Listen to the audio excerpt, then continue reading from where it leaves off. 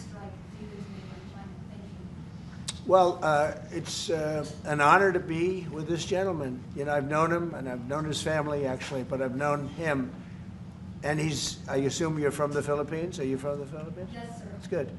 You're very lucky to be from the Philippines, right? It's a great place. But we're going to have a very good relationship. I mean, I know you had some problems with another president, and it was not your fault. It was the president's fault. And the country was maybe tilting toward China, but we untilted it very, very quickly. But you know, you had a country that was tilting toward China for a period of time, and I just don't think that would have been good for you. You can deal with China, you should deal with China, but when I got elected, everything changed, and they came right back to us. Will you consider extending the orders? Say it again? Yeah, Brian, go ahead. Oh, Mr. President, I just wanted to piggyback off the Sorry, I have a housing. question to President Marcos. Yes. I'm sorry, what was the question again? It was about whether having U.S. missiles hosted in the Philippines could be considered escalatory by China. All of the, what we consider part of the modernization of the Philippine military is really as a response to the circumstances that surround the situation around the South China Sea, and now what we used to refer to as Asia-Pacific, which we have expanded now to the Indo-Pacific. And if we would certainly, like in any kind of military spending, we would wish that it wasn't necessary, but it is. And so that is what we are doing. And as an adjunct to the question about the ammunition production, this is actually, the United States is assisting the Philippines in what we call our Self-Reliance defense program, which is to allow us to be self-reliant and to be able to stand our own 2 feet, whatever the circumstances that occur in the future. And that the reason that we have encouraged more interaction with the United States is because it is necessary. And it is not just with the United States. It is with all our neighboring countries, and even countries as far afield as the Scandinavian countries, the EU. And so this is an ongoing process. And again, I will stress the point that we do this because we feel it is necessary. And don't forget, just as tantamount to what you're asking, the Philippines were loaded up with ISIS and a lot of terrorists, and they were at very, very dangerous point. And during my administration, we went in and we wiped them out, working with the Philippines, but we wiped them out. But if we didn't go in, I don't know what would have happened. I don't know who would be your president right now. But we spent a lot of time and a lot of talent on going into the Philippines and wiping out terrorists. They had a tremendous problem during my administration. And we cleaned it up, we got them out, and now you really have a good, solid country again. I believe so, yes. How can you be more president? Mr. President, I want to follow up on the housing question. Yeah. We've got no tax on tips, no tax on overtime, no tax on Social Security. How important is it we have no tax on home sales, capital gains, to unleash the housing market in this country? Well, we're thinking about that, but would also unleash it just by lowering the interest rates. If the Fed would lower the rates, we wouldn't even have to do that. But we are thinking about no tax on capital gains on houses. And I'm very impressed that you asked that question because nobody knew that. Well, how did you find that out? That's very. I wonder why there's somebody I'm very close to. There's a leaker. There's a leaker. I've also got a question. I find it a very interesting world that we know more about two people at a Coldplay concert just hours after that viral video than we know of Thomas Crooks 1 year after attempting to assassinate you. What is holding back the investigation on Thomas Crooks? Well, they've reported to me and they've told me things, and they really say they haven't found anything that was abnormal. I would say this: the Secret Service was very brave because they were right there and they jumped on me. They made a mistake. They should have had somebody on that roof, and they should have had communication with the local police, who also, I mean, they did a very good job, but they made some mistakes, and we have a whole different group of people now. I don't think anything can happen, but I think we have the best people anywhere in the world right now, and I think they've learned. And they went into him very, in great detail. They gave me the whole thing, and what can I do? They say that It was just a nut job that was looking to do this. And I spoke with the FBI, the new FBI. I spoke to the FBI. If it was the old FBI, I wouldn't have believed a thing they said, because the old FBI under Comey was crooked as hell. He was one of the most crooked. Everybody should read the Horowitz report. Unfortunately, Bill Barr didn't use it. But the Horowitz report, not appointed by me, it was a report on Comey and the FBI. It is one of the worst shots at a human being I think I've ever seen. In fact, the New York Times did an editorial that was one of the worst editorials I've ever seen about anybody. That was about Comey. You ought to go back and get, and Barr didn't use it because he didn't have the guts to use it, or something happened, I don't know. Too bad. He went to Mr. Durham.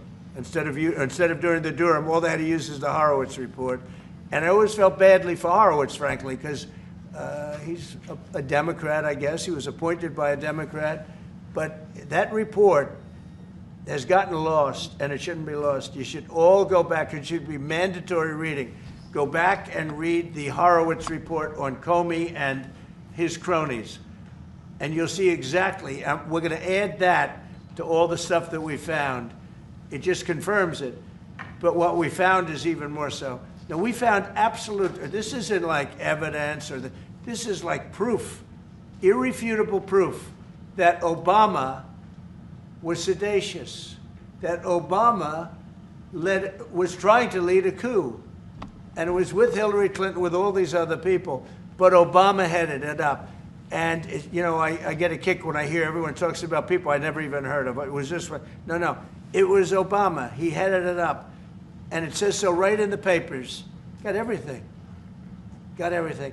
This is the biggest scandal in the history of our country. And it really goes on to even the auto pen, because it all relates to the same thing. It all started the same sick minds. You have an auto pen, which is a tremendous, well, we don't have a president. We have an auto pen that signs everything. I'll bet you sign everything. You don't have auto pens.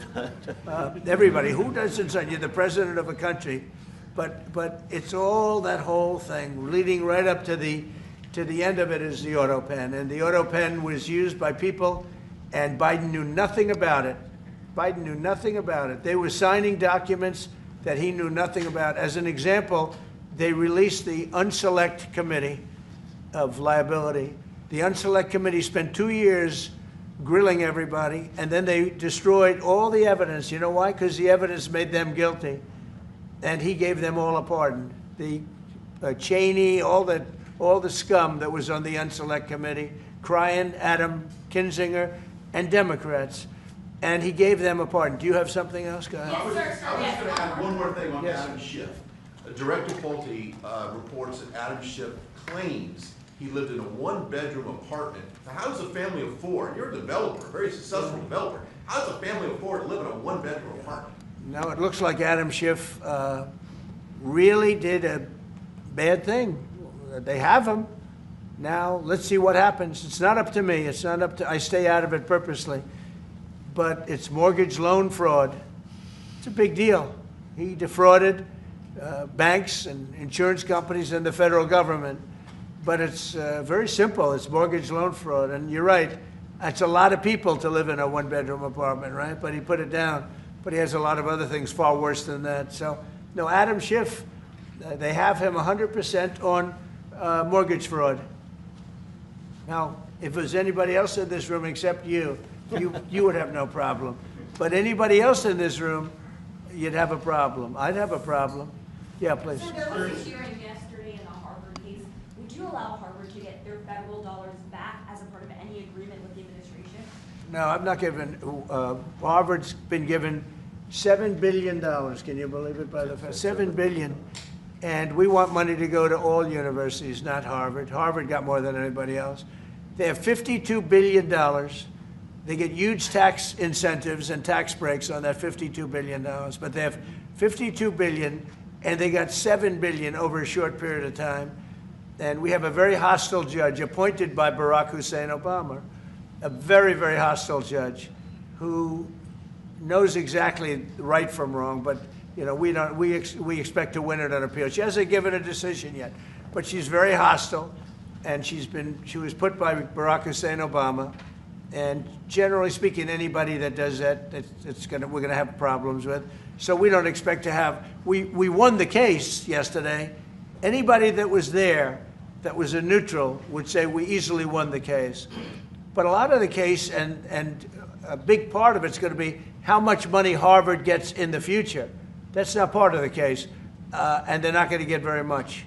Mr. President, where are we in terms of negotiating about the reciprocal tariff? How far are we With who? from With the with the Philippines. Philippines? Yes, Oh. sir. How far Are you we from the Philippines? Yes, sir. Good. I'm from the Philippines. How far are we from achieving?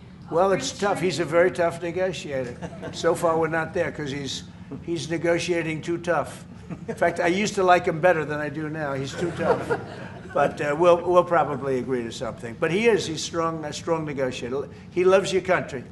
Mr. President, when are you coming to the Philippines, sir? You talked a lot about the severe consequences that those who were involved in the Russia hoax must face. In your view, sir, what are the next steps now that these documents are out there in Tulsi Gabbard? Well, the Justice Department would have to act. And we have a very competent, very good, very loyal to our country person in Pam Bondi, very respected. And it's going to be her decision. And just a follow-up to that, sir. Kristi Noem was in New York City visiting an off-duty CBP officer who was allegedly shot this weekend by an illegal alien who came into the country during the previous administration. Right. What is your message to any local leaders who continue to push sanctuary city policies after this nearly tragic incident?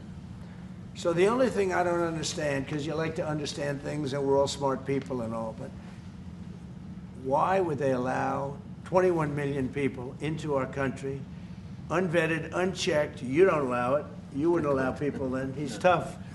No, their country's run properly. Biden and his group of thugs, and I don't think it was Biden, I think it was the people that surrounded that beautiful Resolute desk right behind you. They allowed 21 million people, probably much more than that, and many of them came from jails and gangs and drug dealers and mental institutions, insane asylums. Many of them are very sick. 21 million, probably 25 million, probably even more than that. And we're getting them out. Many were murderers, as I said. They killed people. Many killed more than one person. Stone cold murderers. I don't understand why they would have allowed that. There's only two reasons. The vote, because they want voters. That's one reason. I don't think they would have done it for that because they cheat. You know, they're so good at cheating, they don't need that. But the vote, and the second reason is they hate our country. I think they hate our country. I actually do. And it's the biggest problem. I mean, much of our time is spent with, you know, we have the strongest border anywhere in the world now. Maybe even stronger than your border, if you can believe it. We have no people came in last month, zero, which is pretty amazing. I'm not even sure I can believe that. But liberals are the ones that do that calculation. So, but we had no people come in. A year ago, we had hundreds of thousands of people come in. Hundreds of thousands of people. And they flowed in. And if it wasn't for the election, it would have been millions of people came in last year. So millions of people prior to election time, they allowed millions and millions of people to come into our, I mean, you saw it. They'd open the gates. If you took an Alabama-LSU football game that holds 128,000 people, I was there, 128,000 people, and I liked them and they liked me. But if you took that and doubled it, that's what used to flow into our country on a daily basis. It's not even believable. And we're getting them out, and we're starting with the worst ones. And we had a man shot yesterday, a police officer who's a great gentleman, shot right here in the throat. Probably won't be able to speak again. But he was brave, and he shot the other guy, and they ended up getting him. And you saw the scene where his friend took him to a hospital and dumped him down on the sidewalk. The whole thing was crazy. But why would anybody do to our country what these Democrats have done? And honestly, we can never forget it. We can never forget it. What they have done, the damage that they've done to America is very, very sad. Thank you very much, everybody. Thank you, Fred, for heading out. Heading out right today. Thank you, guys, for moving. Let's go. Let's go. Thank you. Thank you, guys. Come on, let's go. Thank you, guys. Thank you, guys. Thank you, guys. How's your health? Thank you. Thank you. Come on. How's your health? Let's go, guys. Thank you. Work on the trade deal. Thanks, guys. Brittany really takes work on the trade deal. Thanks, guys. Let's go.